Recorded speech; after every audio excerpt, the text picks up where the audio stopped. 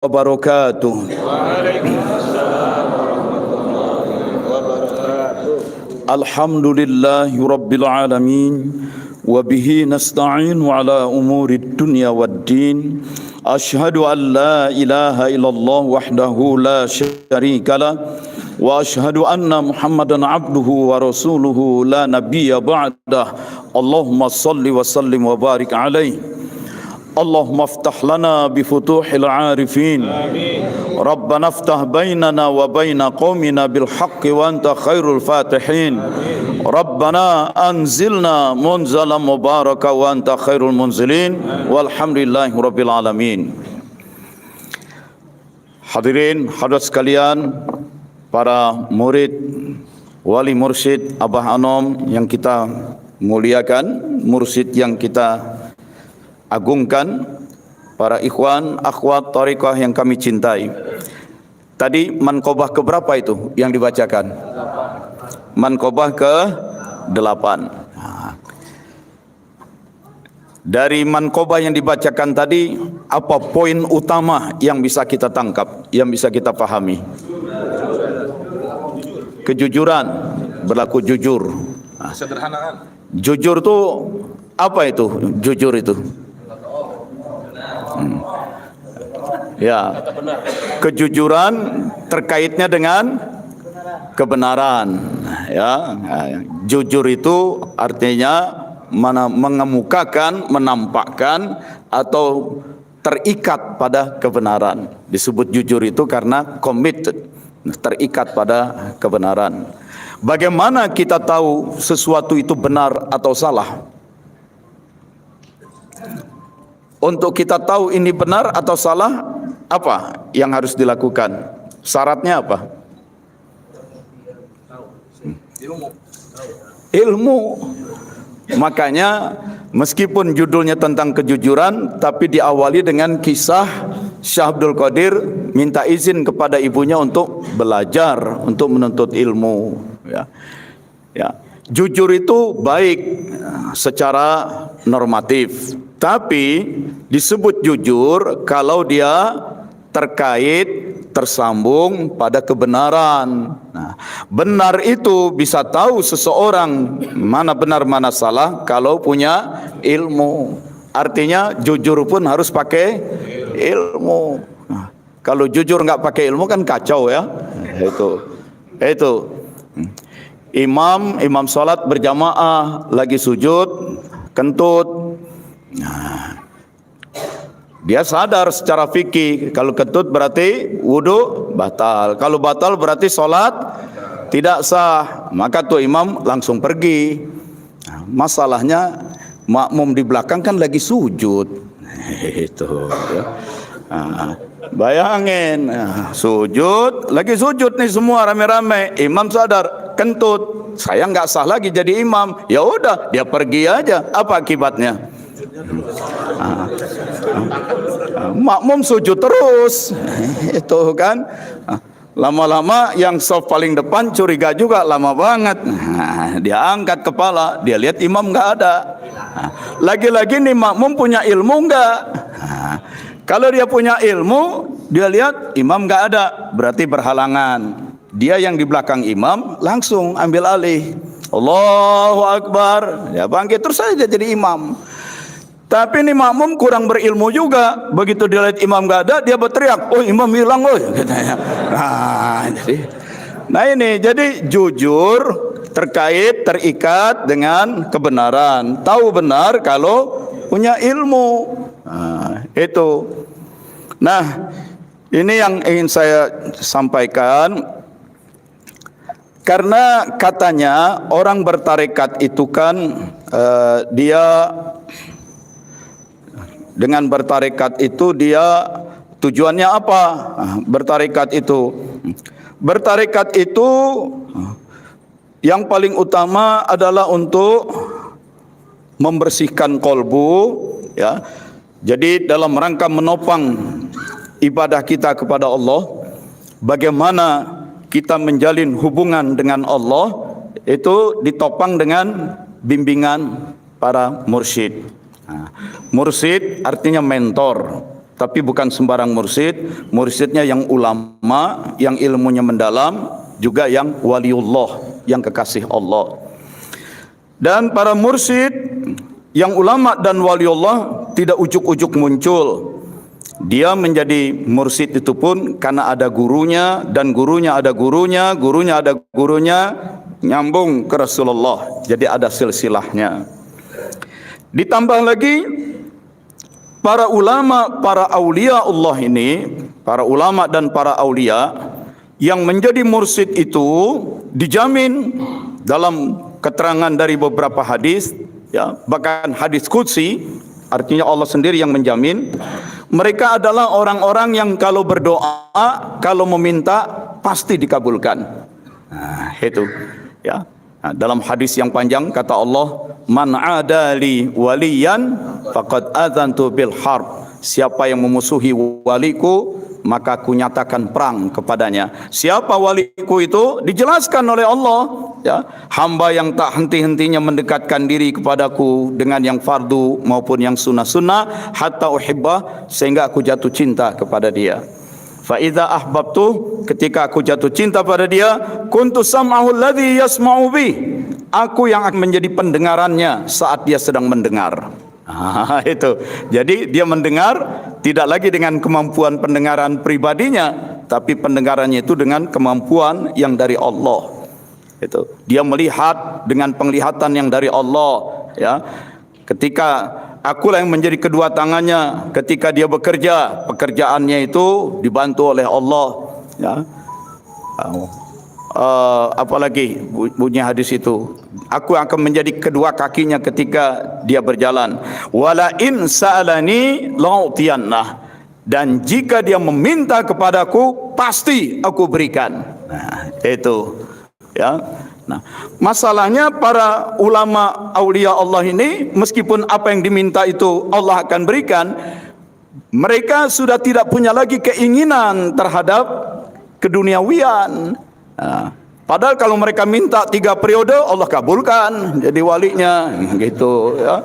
Nah, tapi itu enggak lagi jadi perhatian dia, itu.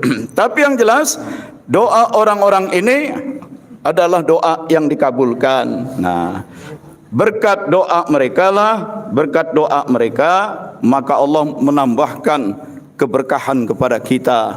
Jadi datangnya berkah dari Allah kepada kita, kemudahan-kemudahan datang kepada kita, itu karena doa mereka.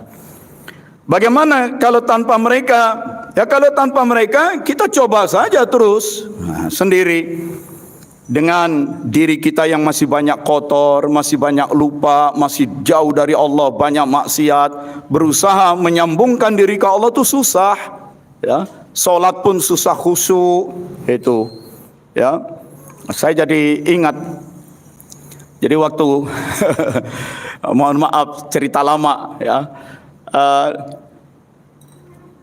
Dulu tahun 60-an, setelah G30 SPKI itu, supaya Amerika lebih kuat pengaruhnya di Indonesia, maka Amerika itu banyak memberi beasiswa kepada anak-anak Indonesia. Sarjana-sarjana Indonesia yang mau sekolah ke Amerika itu banyak dikasih fasilitas. Nah, berangkatlah waktu itu banyak anak-anak muda itu. Apalagi yang mereka pernah berdemonstrasi, berusaha menjatuhkan Soekarno, ya, para aktivis apa dulu tuh tahun 66. Kami, ya, Kesatuan Aksi Mahasiswa Indonesia. Nah, mereka yang dari HMI, mereka dari PII, dari PMI, berangkat. Dan banyak yang sudah sarjana, bahkan sudah PhD, sudah doktor, nanti nggak mau pulang ke Indonesia. Sampai jadi warga negara di Indonesia itu tahun 60, 70 itu, ya. Itu mungkin angkatan-angkatannya Nurholis Majid, kemudian Syafi'i Ahmad dan segala macam, ya. Nah, ketika tahun 98 saya ke sana, itu orang-orang Indonesia banyak bikin kelompok-kelompok pengajian. Nah, di tiap malam lah. Maka kami diminta ngaji, ngajar ngaji sana kemari. Suatu saat mereka cerita bahwa tokoh-tokoh intelektual Muslim di Indonesia, ya, seperti Syafiq Mukni, Nurholis Majid, Amin Rais, segala macam, itu dulu belajarnya di sini, di Amerika. Dan guru-guru mereka, profesor mereka sudah pernah kami undang ke kelompok-kelompok kami ini, karena mereka pun banyak yang sudah doktor. Nah, jadi ini orang-orang pinter. Pertanyaan saya, Pak Ustadz, kami sudah banyak mengkaji ilmu agama begini mendalam, tapi kenapa kami masih sulit sholat khusyuk? Nah, itu. Kenapa kami masih sulit sholat khusyuk? Nah, langsung dalam batin saya, cak, karena kamu tidak punya mursyid yang bersilsilah yang menyambungkan ke Allah. Karena kamu belum mendapatkan talqin zikir, belum ada yang memasukkan badru zikir ke dalam kolbumu. Itu. Karena bibit zikir Allah tanamkan ke Rasulullah. Rasulullah sampaikan kepada para sahabat sampaikan kepada generasi berikutnya. Nah, zikir itu bukan sekadar la ilaha illallah, ucapan yang sering kita dengar. Zikir bukan sekadar terdiri dari 12 huruf tulisan yang kita lihat, bukan sekadar yang kita dengar, bukan yang sekadar kita lihat. Tetapi di dalam zikir itu apakah ada, bahasa gampangnya, ada barokahnya atau tidak? Itu ada asarnya, ada esensinya atau tidak. Nah, kalau Allah sampaikan ke Rasulullah melalui Jibril, Rasul sampaikan. Nah, melalui sanad yang sah, dia dapat tulisannya la ilaha illallah 12 huruf, dia dengar ucapannya la ilaha illallah, dia dapat esensinya, asarnya, hakikatnya, barokahnya dapat. Nah, tapi kalau tidak lewat talqin zikir enggak dapat. Nah, ilmu boleh tinggi. Nah, yang kedua, selain tidak dapat talqin zikir, ya karena tidak ada rangkaian mursyid itu. Nah, jadi ketika mereka tanya kenapa kami masih sulit sholat khusyuk, dalam batin saya, karena kamu tidak memiliki mursyid, tidak mendapatkan talqin zikir, mursyid yang otentik. Tapi itu tidak saya ucapkan dengan mulut. Kalau saya ucapkan dengan mulut kan kesannya sombong, menyakitkan. Itu. Nah, tapi setelah pulang ke tempat saya tinggal, malam saya qiyamul lail, saya jadi menangis. Nah, ya Allah, begitu susahnya orang-orang itu meninggalkan negeri, berpisah dengan sanak famili, tinggal di negeri asing, panasnya musim panas, dinginnya musim dingin, semua menimbulkan cobaan berat. Ilmu sudah tinggi, tapi khusyuk saja sulit, karena enggak ketemu mursyid, enggak ketemu talqin zikir. Karena itu ya Allah, perjumpakanlah mereka, pertemukanlah mereka dengan mursyid. Itu. 3 malam saya doa, saya ingat sampai nangis. Nangisnya itu merasakan begitulah susahnya orang hidup, meskipun ilmu tinggi, harta ada, tapi kalau tidak nyambung ke Allah, kegelisahan. Itu. Karena berusaha, semua itu berusaha dilakukan sendiri. Lain dengan yang ada jalur ini, ada jalur ordal. Orang dalam, ini ada orang dalam, nyambung sampai ke surga, sampai ke arasnya Allah. Itu, kita punya ordal, ada jalur orang dalam. Itu, begitu. Nah, hari keempat saya diberitahu oleh keluarga dari Jakarta, Pak Jejen cari-cari bapak katanya. Nah, maka saya telepon dari Amerika ke Sukabumi. Pak Jejen itu Ketua MUI Sukabumi, wakil talqin Abah Anom juga. Ada apa Pak Jejen cari-cari saya? Kata Pak Jejen, beberapa hari lalu saya ke Suryalaya dan Abah titip pesan, tolong sampaikan salam kepada Pak Wafiuddin yang sedang di Amerika, dan kalau di sana ada orang memerlukan talqin zikir, Abah izinkan Pak Wafiuddin memberikan bimbingan zikir. Itu. Nah, kan saya jadi kaget, kita yang nangis di sana, Abah yang tahu di Tasikmalaya. Dan itu tahun 98, belum ada WhatsApp waktu itu. Itu ya. Nah, jadi guru tuh tahu keresahan kita, keresahan murid itu tahu. Itu. Nah, ringkas cerita, jadi Pak Jejen mengajarkan saya, membimbing saya bagaimana cara menjalankan tugas sebagai wakil talqin. Pulang, ya saya bilang sama Pak Jejen, ini kan prosedurnya darurat ini, karena ada yang nangis saja. Jadi Abah turunkan izin. Ayo temani saya. Pak Jejen dengan saya ketemu Abah. Amanah Abah menyampaikan talqin zikir sudah saya laksanakan, dan karena sekarang saya sudah kembali ke tanah air, maka itu kewenangan itu saya kembalikan lagi ke Abah. Ini kan izin darurat gitu ya, buat roaming gitu. Sekarang saya kembalikan ke Abah. Abah dengan tetap menunduk berkata, apa yang sudah diterima dari Abah janganlah dikembalikan. Itu. Peristiwa ini mengingatkan saya pada suatu keadaan lain. Selesai zikir khataman, seseorang datang, Pak Wafiuddin, apakah boleh ganti mursyid, pindah tarekat? Itu. Saya cepat berpikir, nggak akan mungkin orang bertanya seperti ini kalau dia nggak ada keinginan, kan gitu. Itu. Dan nggak akan berani dia bertanya itu kalau keinginannya nggak kuat banget. Itu.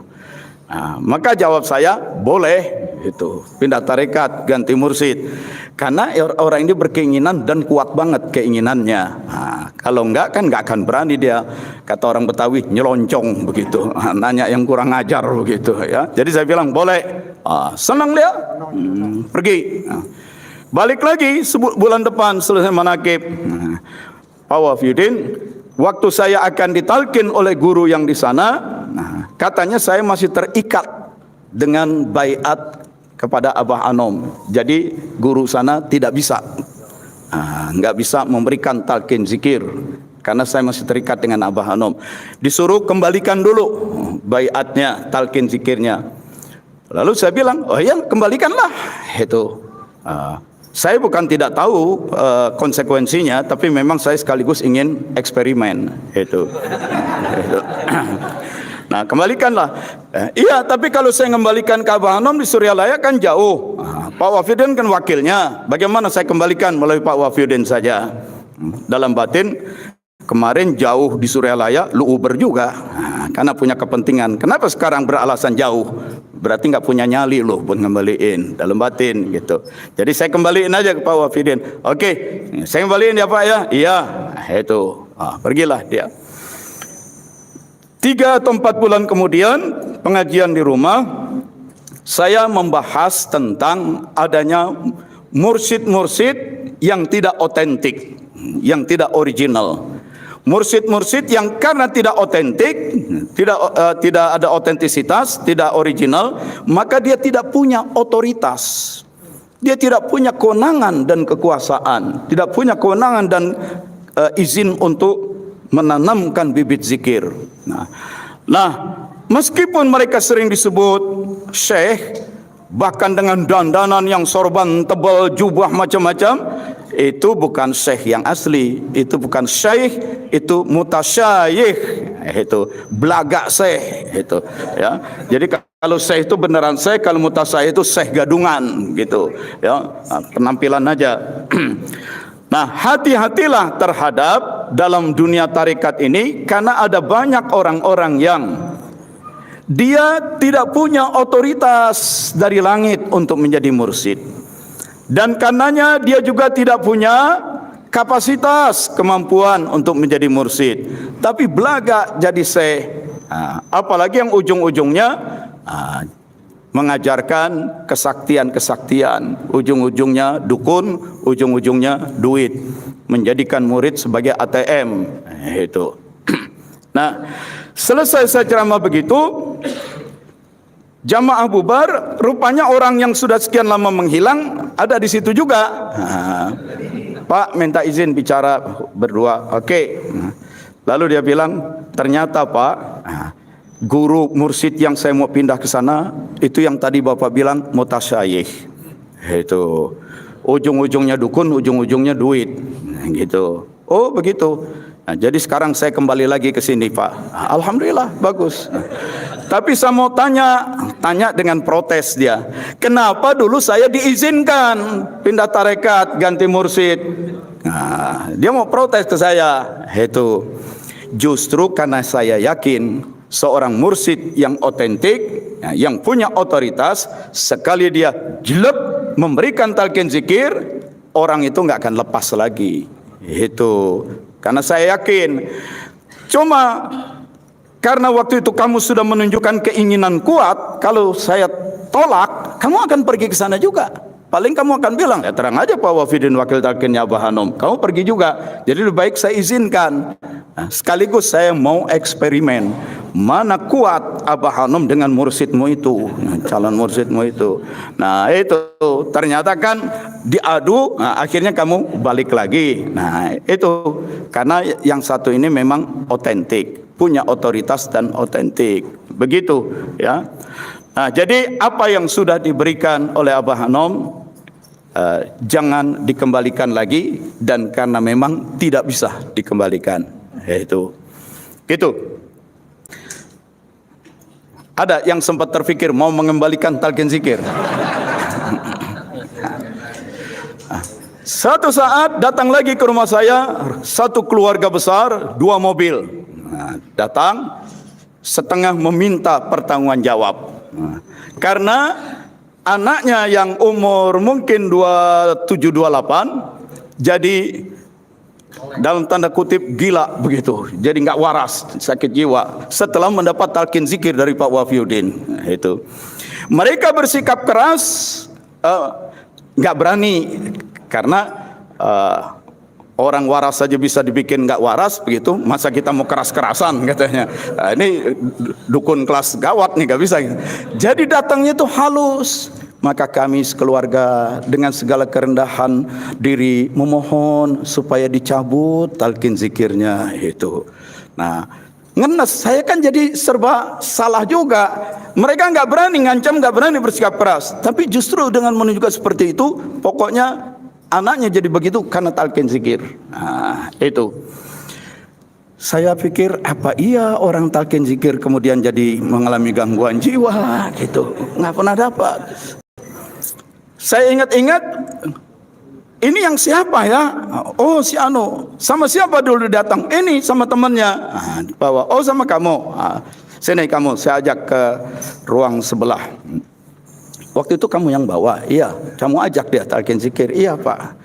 Sebenarnya bagaimana? Nah, terus si anak itu, Pak, menurut saya ini bukan gila Pak, dia pura-pura Pak. Itu pura-pura. Dia minta dinikahin sama orang tuanya. Orang tuanya nggak mau nikahin karena dia belum bekerja. Itu dia menganggur. Itu. Oh begitu, yakin kamu? Iya, dia pura-pura tuh Pak. Itu. Oke, panggil temanmu. Nah, itu anak dibawa juga. Nah, begitu dibawa ke kamar saya pakai gaya preman gitu. Lu jangan macam-macam loh, mengfitnah. Gua gebukin habis lo. Saya bilang, pura-pura gila lo. Itu. Keluar sana, balik. Dia balik ke keluarganya, udah normal.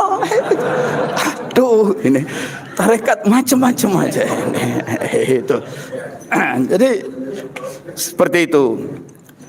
Sehingga ada juga orang bertanya, Pak, bagaimana orang ditalqin zikir tapi kok terus dia tidak mengamalkan? Jangankan wakil talqin, ketika ditalqin zikir langsung oleh Abah Hanom saja dulu, itu banyak setelah ditalqin oleh Abah Hanom nggak mengamalkan tuh. Itu ya. Ada yang hilang, ada yang udah balik lagi, ya ngilang balik lagi, ya adalah di ruangan ini juga. Itu. Itu. Nah, maka ada yang bertanya, Abah kenapa kawan saya itu udah ditalqin tapi kok nggak mengamalkan? Itu Abah Hanom jawab, kadang-kadang tarekat ini memang seperti tongkat. Itu orang merasa belum membutuhkannya, tuh tongkat digantung aja di dinding. Itu ini ingat tongkat jadi ingat Gusrip nih. Ada orangnya nggak? Oh, enggak datang dia dengar dia. Itu. Nah, nanti kalau udah tua, udah perlu tuh tongkat diambil juga. Begitu. Itulah ya. Jadi memang banyak yang ditalqin zikir terus ngilang, tapi nanti pada saatnya ya, apalagi udah pensiun ya.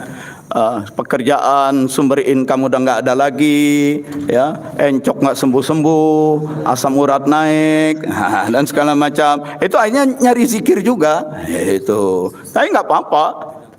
Paling tidak kan husnul khotimah, itu kan, itu. Jadi kalau sudah rangkaian mursyidnya itu yang otentik, yang punya otoritas, jelek masuk sudah.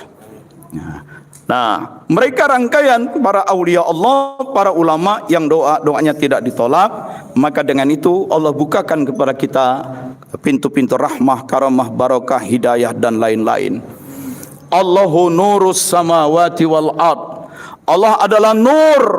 Allah adalah cahaya langit dan bumi. Allah nur, Allah cahaya. Ya. Di dalam Bible pun Injil Yohanes 1 pasal 1 itu dikatakan God is light, Tuhan adalah cahaya. Jadi dia itu cahaya.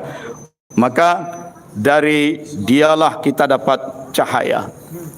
Nurul rahmah, cahaya kasih sayang. Nurul maghfirah, cahaya ampunan. Cahaya. Cahaya itu seringkali tidak terlihat. Ya. Bukan karena tidak ada cahaya, karena cahaya itu frekuensinya bermacam-macam. Mata ini hanya bisa menangkap, mata hanya bisa melihat cahaya yang gelombangnya antara 400 sampai 800 terahertz. Sehingga kalau ada cahaya yang frekuensinya sangat tinggi di atas 800 terahertz atau terlalu rendah di bawah 400 terahertz, cahayanya ada tapi matanya ini nggak mampu, sudah di luar kemampuan daya tangkap mata. Sama juga kuping kita ini hanya mampu menangkap gelombang-gelombang suara antara 20 sampai 20 ribu. Kalau frekuensi suaranya itu terlalu tinggi di atas 20 ribu, ini nggak nangkap apa-apa, padahal ada. Itu sering saya kasih contoh. Pernah nggak beli alat pengusir tikus yang pakai frekuensi? Di on, ceklek, bunyi dia, tit, itu kan berfrekuensi. Wah Pak, ini tikus masih ada di rumah saya.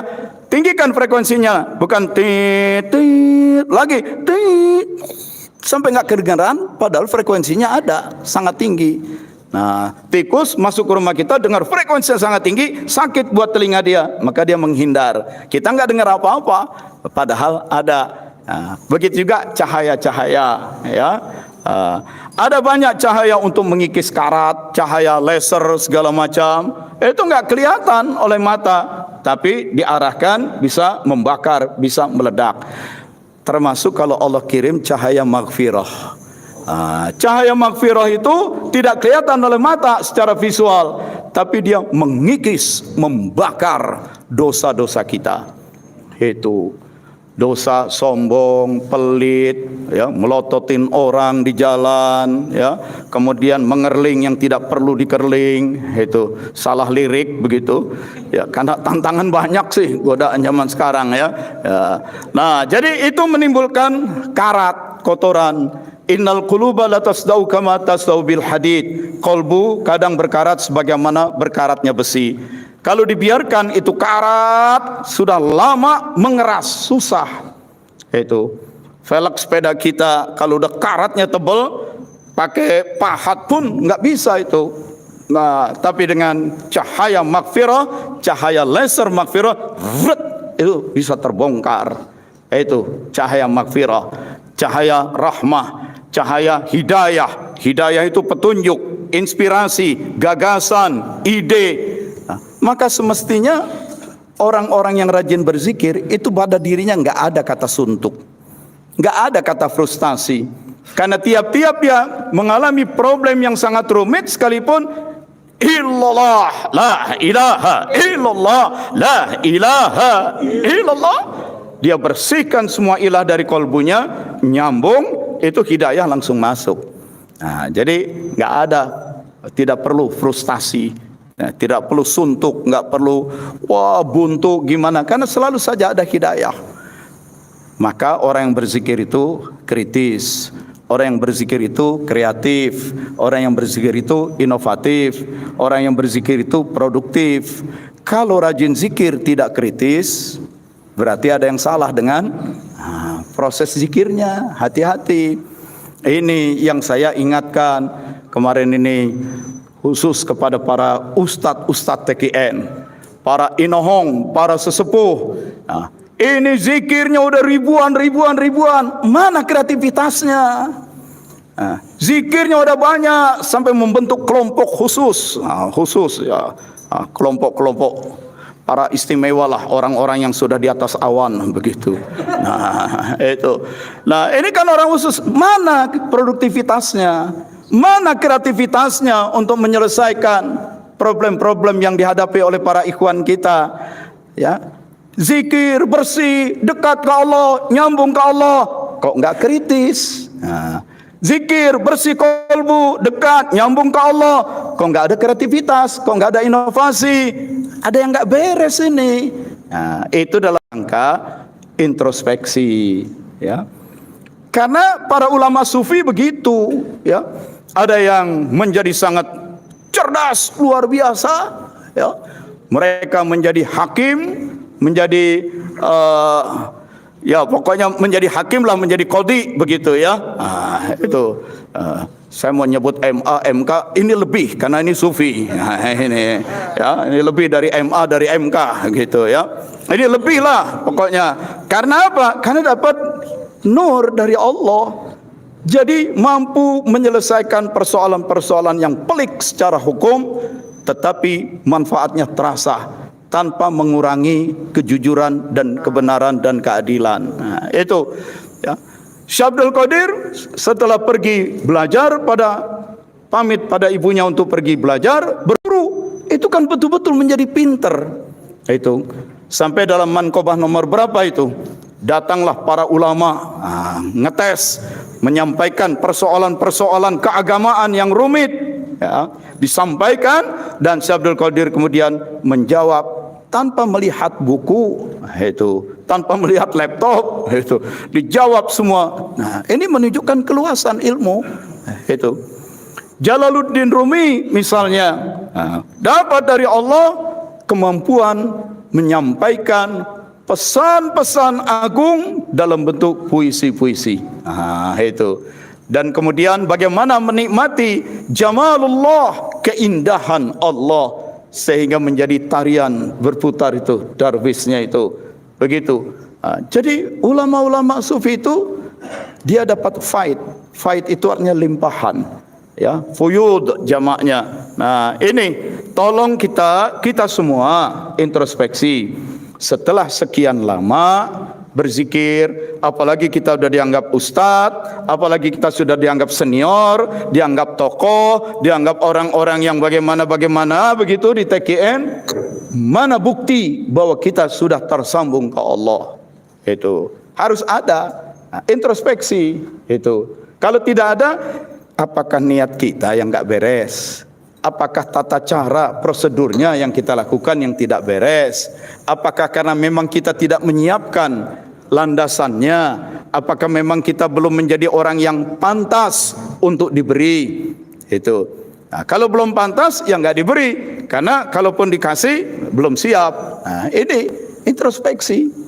Tidak dituntut Anda menjadi sakti, tidak, tetapi supaya ada bekas, ada maghfirah, hidayah, karamah, barakah. Kalau dalam bahasa tasawufnya, bahwa munculnya manfaat zikir itu nampak dari terbentuknya al-akhlakul karimah. Itu akhlak yang mulia. Sekarang saya tanya, yang mau jawab tunjuk tangan, ya. Sebutkan akhlak mulia yang dijelaskan dalam buku-buku tasawuf sebagai buah zikir.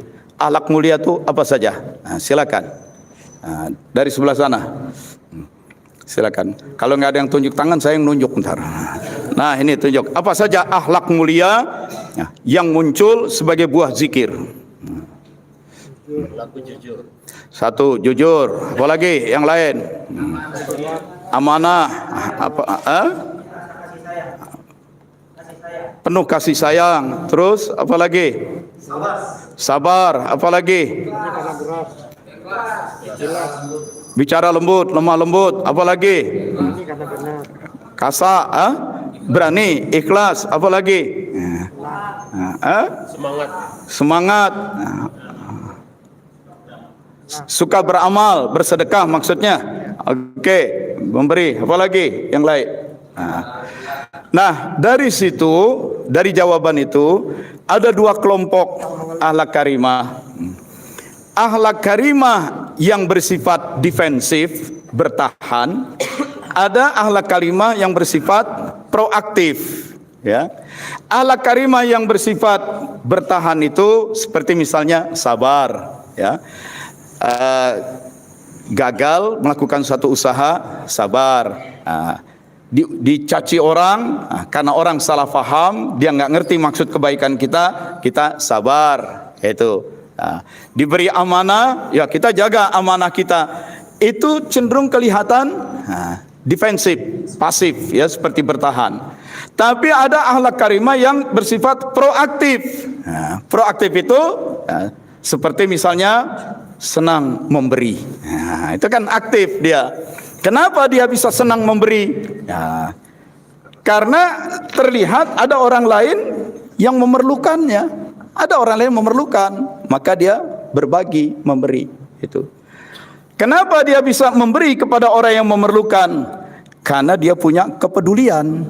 Kalau dia nggak peduli, orang lain susah, nggak kelihatan. Itu. Ya, tiap malam keluar manakib, tapi tetangga kelaparan nggak kelihatan, karena nggak ada pedulinya. Itu. Nah, karena peduli, lalu dia bersimpati, lalu dia berempati. Muncullah dari dalam dirinya itu semangat altruisme. Nah, altruisme itu dorongan untuk mendahulukan kepentingan orang lain. Nah, itu. Nah, kan dalam perang apa itu di zaman Nabi ada kisah. Sudah musuh sudah dihalau, tetapi banyak korban luka-luka, itu berjatuhan. Itu ada seorang sahabat Nabi yang air karena terluka. Kalau terluka banyak keluar pendarahan, tubuh kekurangan cairan, ada rasa haus. Lalu seorang sahabat Nabi bawakan tempat minum.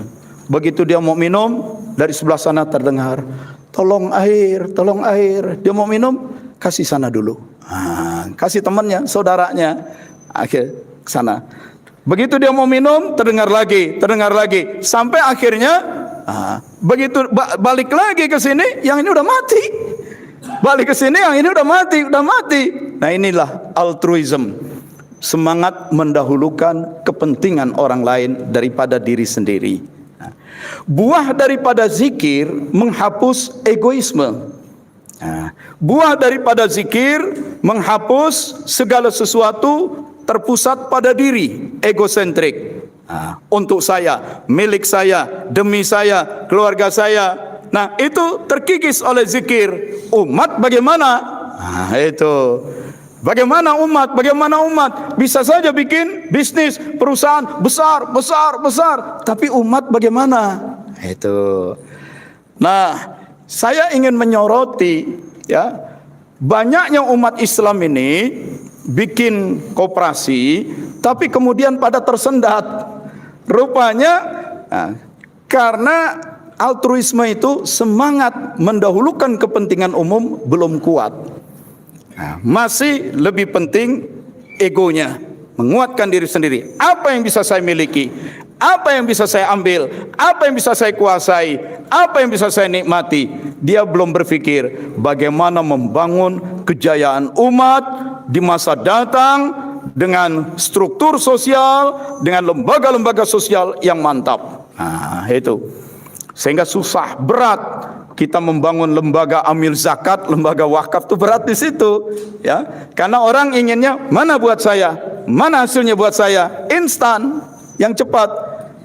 Tapi kita tahu perlu baitul mal, perlu lembaga amil zakat, perlu badan wakaf. Karena dalam sejarah peradaban Islam di masa lalu, kejayaan dinasti Umayyah, ya, 500 tahun, kejayaan dinasti Abbasiyah, kejayaan dinasti Utsmaniyah, semua kejayaan peradaban itu ditopang oleh lembaga-lembaga keuangan sosial itu. Yang namanya Baitul Mal, yang namanya lembaga amil zakat, yang namanya badan wakaf, itu menjadi penopang itu. Ya. Sekarang misalnya kita lihat Spanyol, Irlandia, Norwegia, 3 negara Eropa yang basisnya Katolik, dan mereka dulu pernah terlibat dalam perang salib, berperang dengan umat Islam, apalagi Spanyol.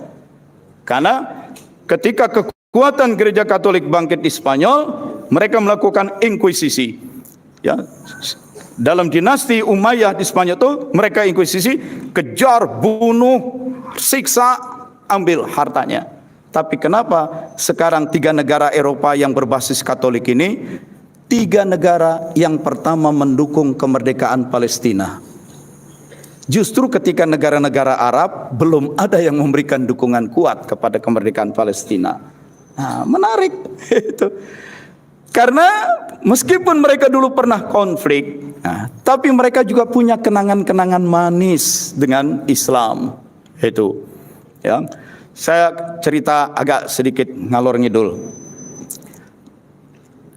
Seorang perempuan Indonesia punya suami orang Inggris, sudah masuk Islam. Si istri ini bercerita kepada kami, pernah bertanya kepada suaminya, kenapa orang-orang di Eropa Utara ini kalau cebok itu pakai tisu, pakai kertas, ya kan? Jadi kalau bekas ambil tisu dilap aja begitu, gitu. Dan kadang-kadang orang Baratnya konyol itu, konyol banget ya. Habis pipis, habis keluar, dia cuci tangannya pakai sabun. Tangan dicuci pakai sabun, bekas keluar kotoran dia kagak cebokin. Coba deh perhatiin orang Barat itu. Ya kan? Itu kalau sampai kita habis pipis nih, kita karena ada pancurannya kan, kita cebok, terus kita cuci tangan gitu, kita keluar, itu sekali liatin dengan lirikan mata yang menghina. Lu kok habis dari WC nggak cuci tangan gitu kira-kira, ya, padahal kita udah bersihin gitu. Nah, jadi si suami bilang masih bagus sekarang pada cebok pakai kertas, pakai tisu. Nenek moyang kami dulu cebok itu pakai bonggol jagung itu. Jadi jagung dipreteli biji jagungnya buat dimakan. Nah, bonggolnya itu taruh di belakang. Mereka kan punya gedung-gedung indah juga belum lama, baru beberapa ratus tahun terakhir. Dulu-dulunya kalau mau ke kebun juga, gali tanah juga. Nah, selesai gosok itu dubur pakai bonggol jagung, tancepin lagi. Nanti dia siang kering kena matahari, sore pakai lagi begitu. Nah, jadi pada abad keberapa itu saya lupa, seluruh Eropa itu kena penyakit kolera, sampai 1/3 penduduknya mati. Itu yang mengundang keanehan. Eropa Selatan, Portugal, Spanyol Selatan, Prancis Selatan tidak terkena wabah kolera. Nah, ada apa? Setelah diselidiki oleh para dokter, karena orang-orang di selatan itu kalau cebok pakai air. Dan cebok pakai air itu tradisi yang ditinggalkan ketika Islam menguasai wilayah itu. 400 tahun dinasti Umayyah berkuasa di Spanyol, Prancis Selatan, itu yang menjadi tradisi cebok itu pakai air. Ini urusan sepele. Itu. Coba sekarang kalau Anda berangkat ke Eropa, ya. Itu istri saya itu kalau kita lagi check in, masuk hotel, masuk kamar, taruh barang, yang pertama dia periksa kamar mandi. Sebab kalau nggak ada bidet, semprotan, berarti harus siapkan botol. Itu. Lalu dia bilang, iya ya, daerah selatan ini selalu ada semprotannya, tapi Eropa Utara kan nggak ada. Itu. Begitu.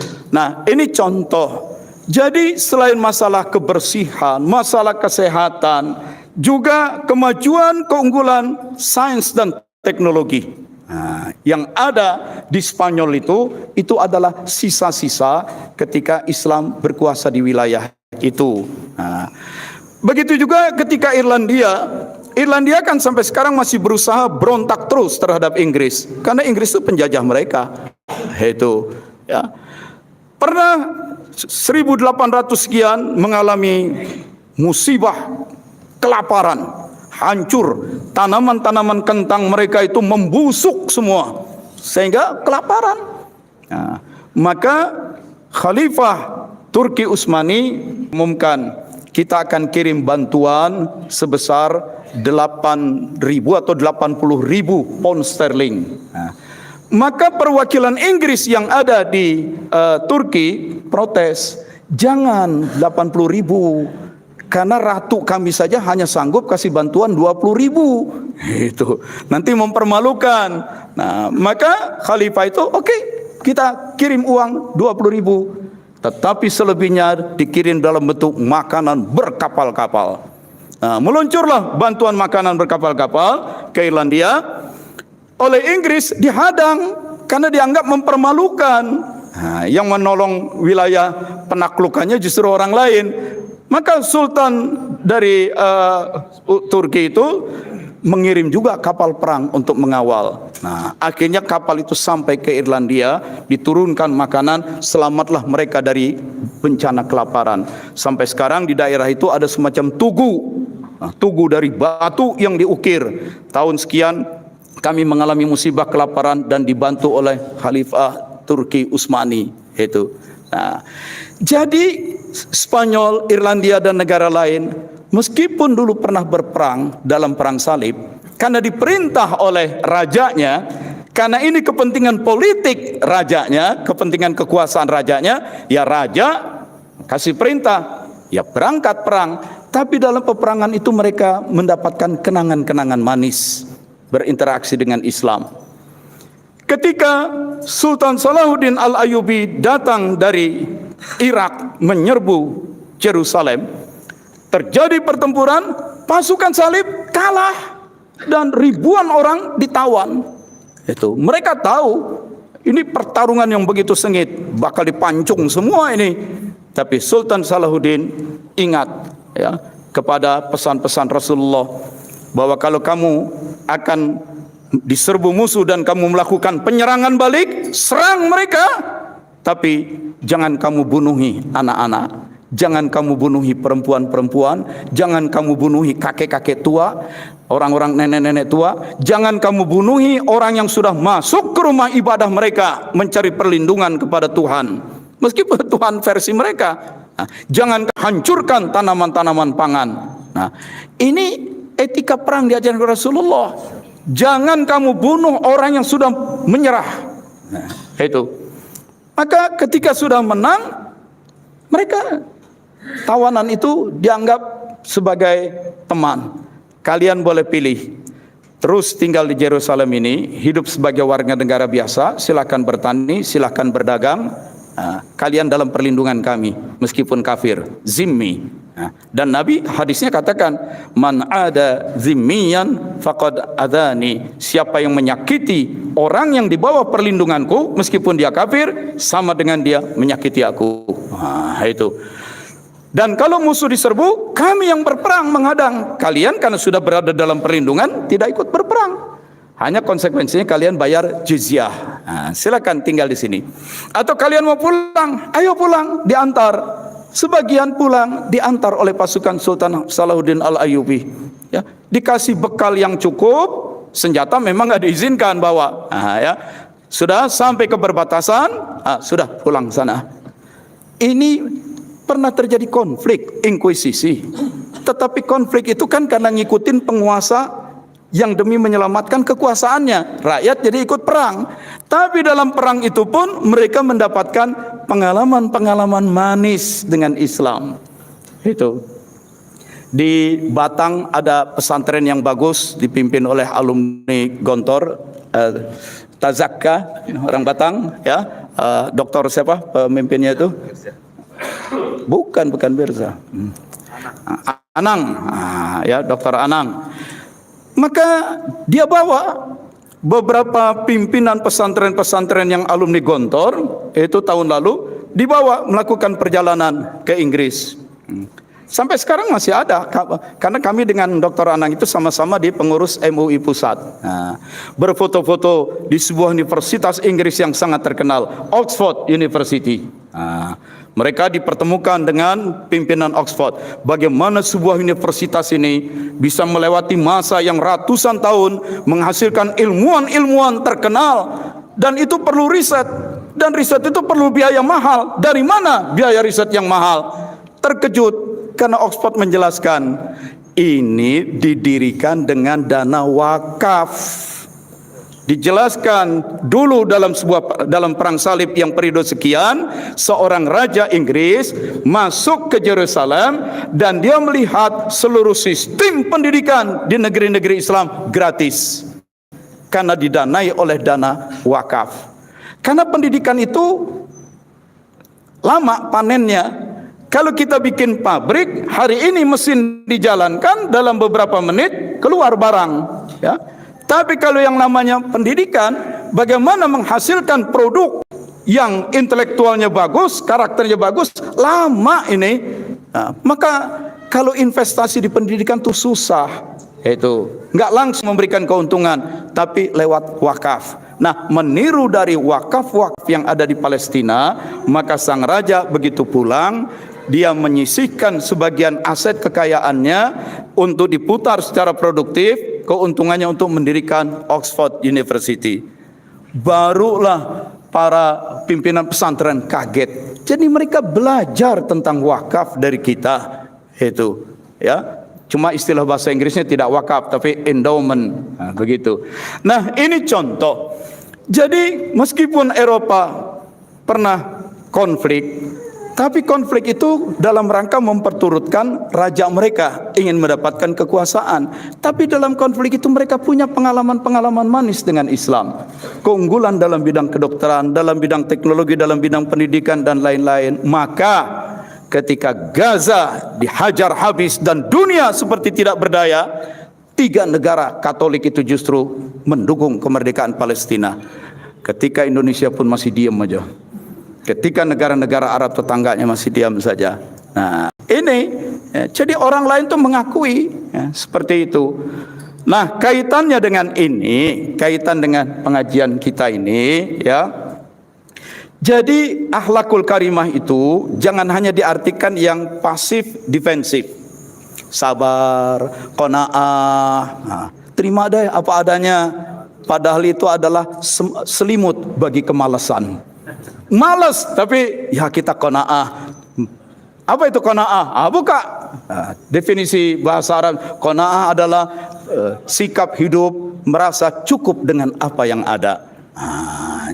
Jadi tidak produktif, tidak merasa perlu untuk aktif. Nah, ini seringkali di Islam, paling tidak negeri kita, yang disebut akhlak mulia itu cenderung yang pasif dan defensif. Sabar, qanaah, nerima apa adanya, kemudian jaga amanah, ya. Saking jaga amanah, dijagain aja diam. Padahal lihat surat At-Taubah ayat 60. Siapa orang yang berhak menerima zakat? Orang berhak bahasa Arabnya mustahik. Ada 8 golongan. 8 golongan orang yang berhak menerima zakat. 8 asnaf. Sinfun itu golongan. Sinfun jamaknya asnaf. 8 asnaf mustahik. Dan lihat dari 8 asnaf itu tidak disebut kata-kata yatim. Jadi anak yatim itu tidak masuk kategori orang yang berhak menerima zakat. Tidak. Itu. Apa sebab? Kalau yatim itu miskin, baru dia jadi mustahik karena miskinnya. Tapi kan ada yatim yang kaya kan? Makanya yatim itu tidak otomatis berhak zakat. Bisa saja dia yatim piatu, ibu bapaknya meninggal dunia kecelakaan pesawat terbang, tapi asetnya, kebunnya di mana-mana. Kebunnya Pak Haji Marwan, itu. Amin, ente amin aja Marwan ya. Itu. Nah, jadi anak yatimnya kaya. Nah, maka terhadap anak yatim yang asetnya kaya tetap terkena zakatul mal. Hartanya harus dizakati. Maka Nabi pun katakan, karena masih anak-anak, yang mengelola hartanya adalah walinya. Seorang wali hendaknya memutarkan.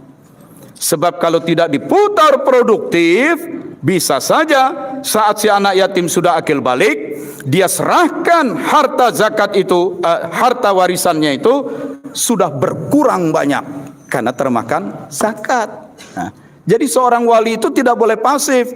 Wah, ini anak yatim sedangkan jadi wali, pokoknya jagain aja, jagain. Tidak, Anda harus keluarkan zakatnya. Lah kalau dikeluarkan zakatnya jadi berkurang. Supaya tidak berkurang, aktifkan, investasikan, produktifkan.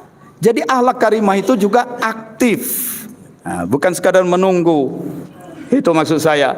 Lah, tapi kalau saya menjadi pengampu, saya menjadi kurator, saya menjadi wali, harta ini harus saya produktifkan, kan menyita waktu saya, pikiran saya, tenaga saya jadi ngurusin harta. Nah, karena kamu sudah berkorban, dari keuntungannya kamu berhak ngambil fee. Nah, istilahnya manajemen fee. Boleh. Nah, jadi seorang wali yang mewalii, menjadi pengampu anak yatim dalam hartanya, tidak boleh pasif. Suruh dia produktif, berputar. Itu. Nah, ini yang saya tekankan. Kalau kita bertarekat, lalu memahami buah tarekat adalah akhlakul karimah yang sifatnya cuma pasif defensif, kapan umat ini akan maju? Nah, kapan tumbuh kekritisan? Kapan tumbuh produktivitas? Kapan tumbuh upaya mengejar kebaikan-kebaikan yang lebih? Jangan pasif. Itu. Kemarin ini di grup TKN Jawa Tengah ada seorang dia tebang pohon, terus batang pohonnya itu dia panggul. Itu. Ketika dia memanggul batang pohon itu untuk dimanfaatkan, ada yang memotret, lalu dimunculkan di grup Jawa Tengah. Itu ini Ustadz Anu sedang mencari nafkah dengan mencari kayu di hutan dan dipanggul sendiri, kelihatan berkeringat. Itu. Sebagian ada yang berkomentar kurang suka. Kenapa sih Ustadz untuk cari nafkah dapurnya harus sampai ke dalam hutan, harus nebang pohon, manggul sendiri dengan berpeluh keringat? Nah, kenapa Ustadz itu tidak mencari pekerjaan yang lebih mulia? Kira-kira begitu. Nah, maka saya respon. Suatu saat Nabi pergi ke pinggir kota Mekah. Nah, ada Madinah, ada penduduk Madinah, negro tinggi besar, itu sedang memecahkan batu gunung dengan gada. Lihat Rasulullah, maka dia langsung berdiri menunjukkan sikap hormat. Ya Rasulullah, maaf, aku nggak pernah ikut majelis pengajian kamu karena sebagai orang miskin aku harus memecahkan batu besar, dipecahkan kecil-kecil, lalu dipanggul, lalu masuk ke kota dijual supaya orang bisa bikin rumah. Itu ya, jadi aku nggak sempat ngaji, aku sibuk kerja mencari nafkah. Itu Nabi sodorkan tangan, dia pun menyodori tangan, itu tangannya sebesar-besar pisang Ambon, itu ya. Dan Nabi cium tangan itu, tangan inilah yang akan membawa kamu masuk ke surga. Karena tangan orang yang bekerja keras, tangan yang bekerja keras itu. Jadi Rasulullah menghargai orang yang bekerja keras, dan Rasulullah, Allah dan Islam sangat mengecam sikap mengemis dan meminta.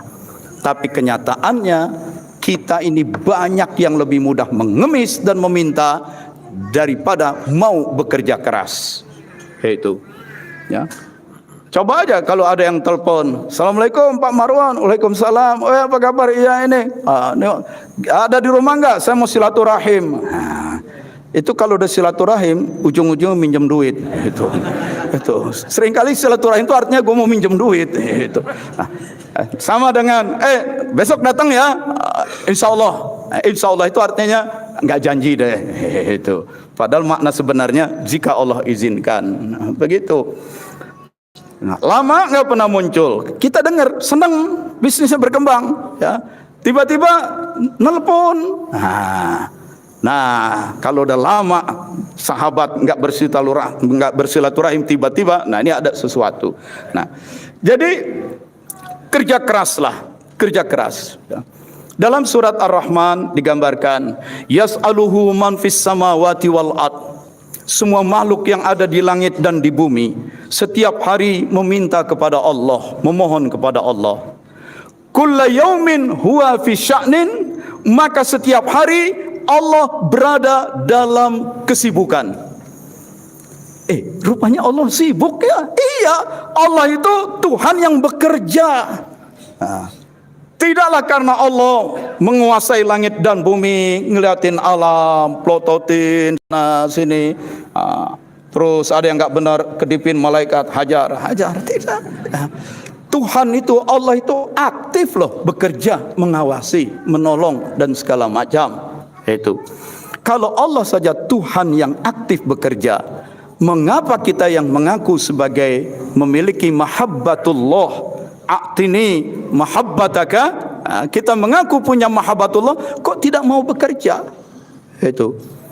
Jadi malas, maling, minteri, ini problem nih, 3M ya. Malasnya minta ampun, ada aja alasan. Kenapa pekerjaan belum selesai? Udah sekian hari, sibuk sholat duha. Itu. Masuk kantor, masuk pabrik, kerja terlambat melulu. Kenapa? Tadi malam zikir hatam tam sampai jam 3 pagi. Nah, itu. Jadi kalau kamu zikir hatam tam segala macam, besoknya kerja tidak beres, kamu di PHK, bikin susah anak istrimu. Apakah Abah Hanom ngajarin zikir supaya bikin susah anak istri? Jangan agama itu jadikan kedok untuk malas. Jangan agama jadikan kedok untuk maling. Itu ya. Kemarin ini saya di Pekalongan diingatkan oleh pengurus sana, Pak Kiai Wafidin, saya ini heran. Katanya orang tarekat itu dengan zikir dia lebih sabar. Tapi nanti kita lihat, kalau habis manakiban yang pakai prasmanan, maka nyendok sendiri, itu yang paling depan nyendoknya banyak. Dia nggak pikirin yang barisan belakang bakal dapat apa enggak. Itu. Kok egois banget, serakah banget. Berarti ada yang nggak beres nih dalam dakwah tarekat kita selama ini, ya. Ustadz kebanyakan ngajarin sabar, kita sudah mencapai level musyahadah, kita sudah ngomongnya jauh ke langit, yang real di muka bumi aja kagak beres. Itu.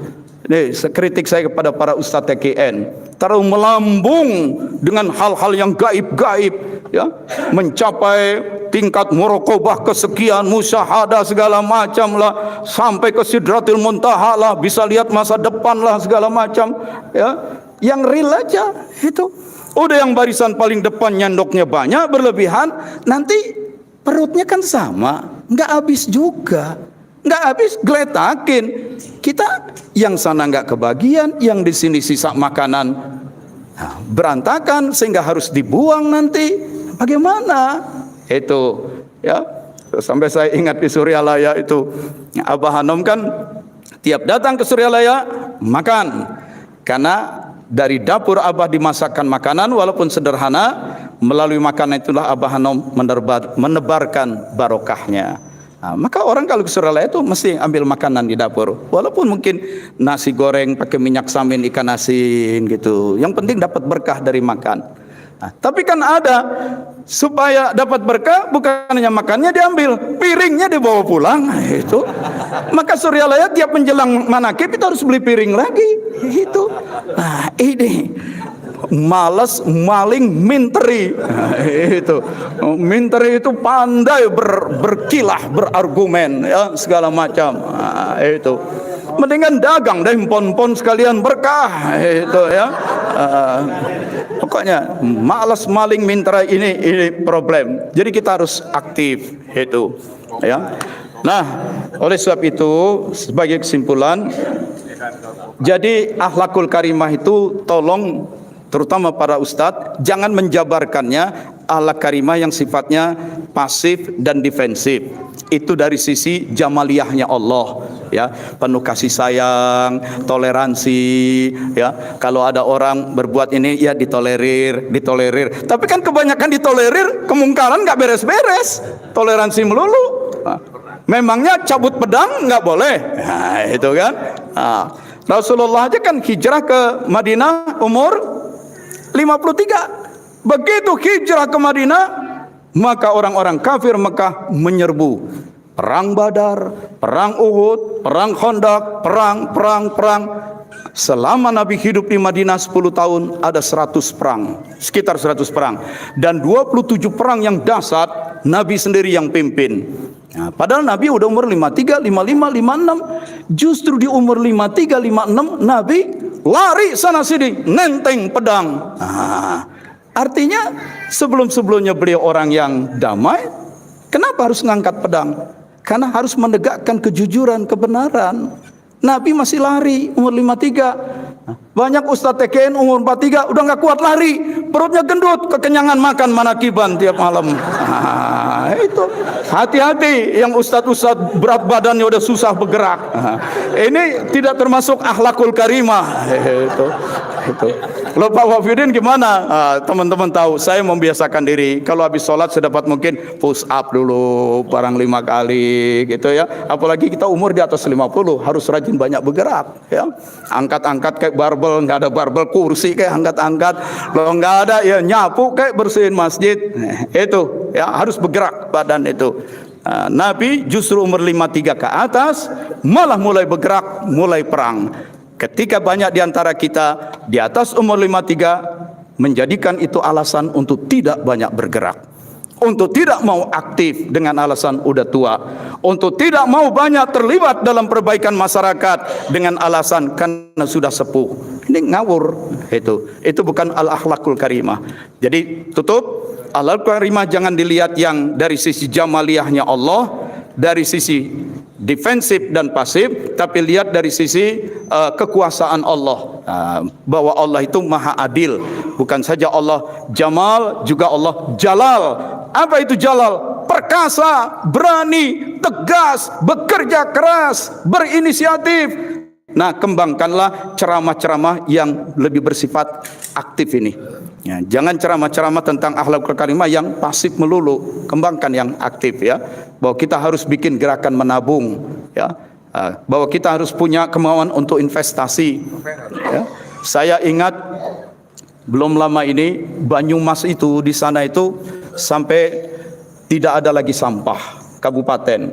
Bermula dari satu orang bikin sampah, dikumpulkan, sampah organik dijadikan pupuk, pupuknya dijual, sampah yang ini didaur ulang. Lama-lama dia minta, penduduk kampung ini kalau punya sampah, sini deh setor, jadilah bank sampah. Lama-lama penduduk seluruh Banyumas itu terbiasa, rumah tangganya terbiasa. Sampah itu langsung dipilah.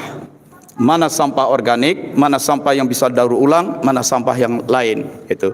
Setelah dipilah begitu, dia dikembangkan aplikasi seperti aplikasi ojol ya. Jadi dia bisa sampai ke ojek setempat untuk ngambil sampah dari rumah dia. Ambil sampahnya, disetor ke bank sampah. Bank sampah proses, dijual jadi duit. Duitnya itu dimasukkan ke rekening si pemilik sampah itu dan juga kepada si pengojek yang ngambil itu. Jadi sekarang semua sampah itu diolah itu. Nah, TKN harus mulai gerakan daur ulang. Harus mau itu. Sebab kalau tidak, semuanya akan merusakkan lingkungan ya, dan nanti kita sendiri yang celaka. Itu. Nah, karena itu sudah sejak bertahun-tahun kita coba galakkan TKN membuat ekoenzim dari sampah buah. Itu. Bikinlah ekoenzim dari sampah buah. Ini harus dimulai gerakan ini. Masih ada waktu kok menjelang zuhur.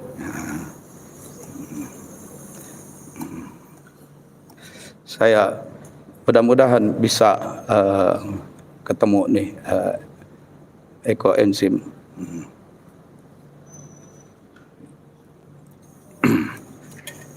Oh, sudah masuk zuhur ya? 52. Sedikit lagi. Oke.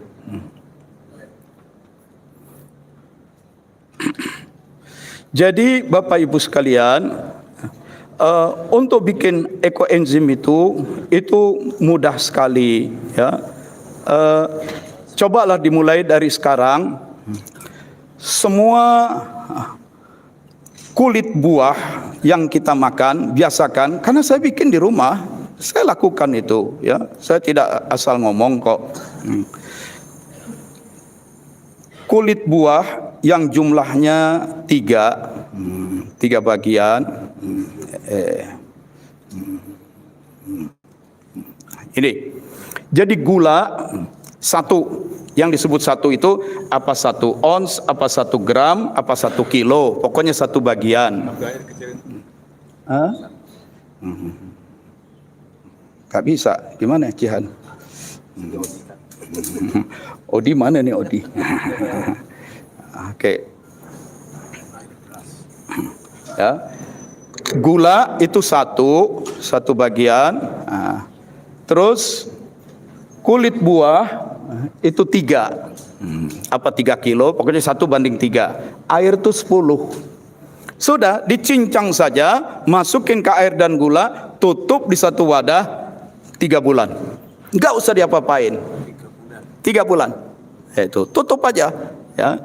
Nah, nanti setelah 3 bulan itu di bulan pertama kulit-kulit buah dan gula itu mengalami fermentasi.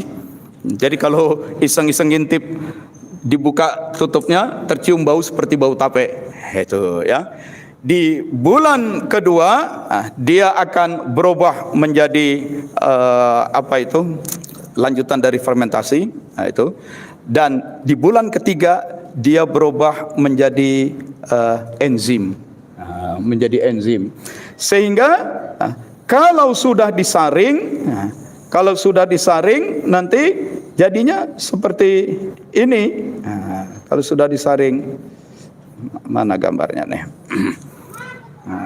Kalau sudah disaring seperti ini. Setelah 3 bulan disaring, warnanya beda-beda karena ada yang dominan kulit jeruk, ada yang dominan kulit nanas. Nah, itu warna beda-beda. Nah, lalu bukti bahwa dia berhasil, insya Allah pasti berhasil, selalu berhasil, ketika kadar asamnya tinggi. Nah, jadi diukur dengan pH meter, pH-nya di bawah 4. Nah, ini terlihat 3,6. Itu. Jadi baunya asam sekali. Itu.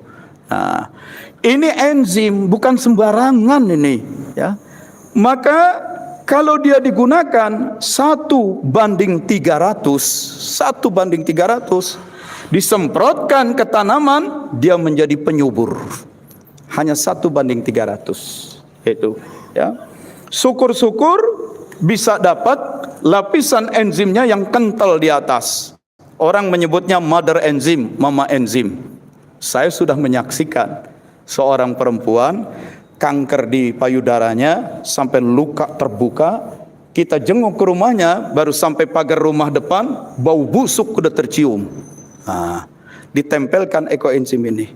1 jam lepas, dia dikucurin di bawah keran, lalu si mother enzim direndam lagi.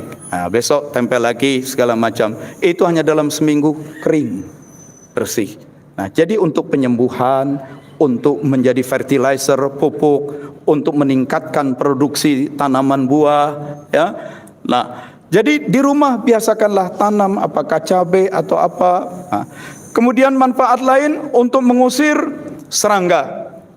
Jadi sebagai repellent, sebagai pengusir. Itu musim Covid kemarin, teman-teman dari kelompok ekoenzim ini di Banda Aceh, Medan, Bandung, Bali bekerja sama dengan Polres.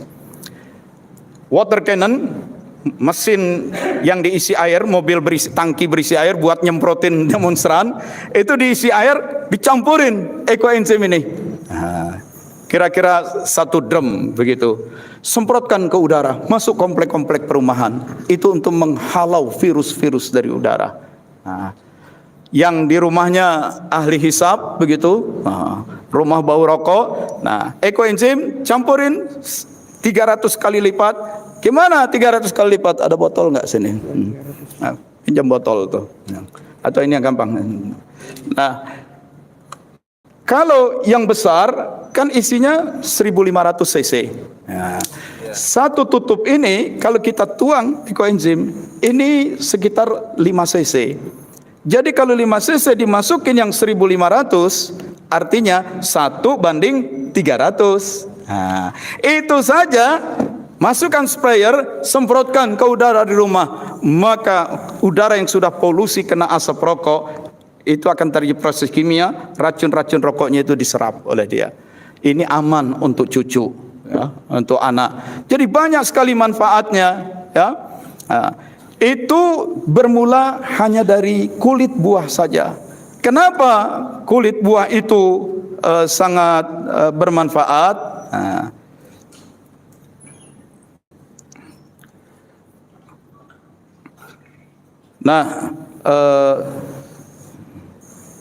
Di sini ingin saya kasih lihat.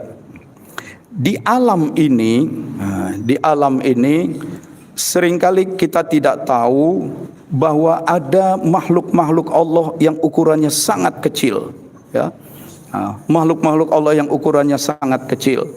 Nah, itulah yang disebut mikrobiom, ya.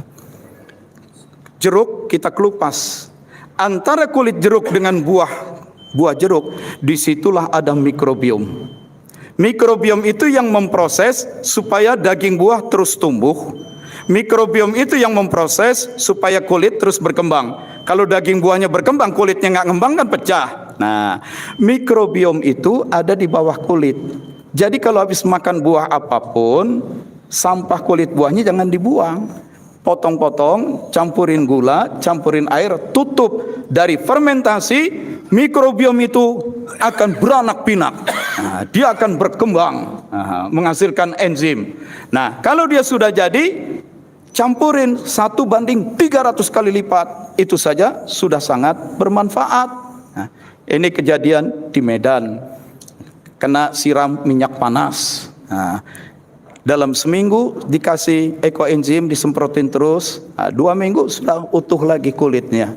Nah, itu. Ini manfaat-manfaat yang sangat bagus sekali, ya. Berangkat dari hal-hal yang sangat sederhana. Nah, 1:1000 semprotin supaya udara kita ini jangan kena polusi terus, ya. Bahkan ada orang-orang yang punya problem, dia bikin ekoenzim di tabung-tabung, dia taruh kasur di atasnya, dia tidurnya di atas itu. Dan itu efek frekuensi dari mikrobiomnya membantu menyembuhkan dia. Sekarang makin banyak perkebunan menggunakan ekoenzim, ya. Kemudian ini sebelumnya air yang hijau penuh kutu air, disemprotin terus ekoenzim, lama-kelamaan jadi jernih, ya. Ini di Batam, dari air yang sudah coklat begini, ya, air yang sudah coklat bagian paling bawah, terus kasih sampai akhirnya air itu menjadi jernih lagi. Nah, kalau sudah punya mikrobiom, ekoenzim, got di depan rumah kita tuangin, itu bagus untuk menghilangkan bau. Nah, saya punya teman-teman grup di Medan itu Cina-Cina, bikin itu berdrem-drem, kalau sudah dimasukin jerigen, disumbangkannya ke masjid-masjid. Pak, apa problem masjid? Ya, WC-nya bau, semprotin aja, ini siramin, begitu. Karena bagi dia itu adalah untuk menjaga lingkungan. Nah, ini diantara contoh-contoh bahwa hidup kita ini harus kreatif, ya, kritis, kreatif, inovatif, produktif, dan itu harus dibuktikan oleh orang tarekat. Kalau sampah tidak pernah kita tangani, bisa muncul kejadian macam ini, ya. Di daerah Lewi Gajah tahun 2005, sampah itu meledak tumbuh karena dia mengandung gas metan, dan waktu itu 157 orang mati. Ini jadi penanganan sampah harus dimulai dari rumah tangga kita. Assalamualaikum warahmatullahi wabarakatuh. Waalaikumsalam.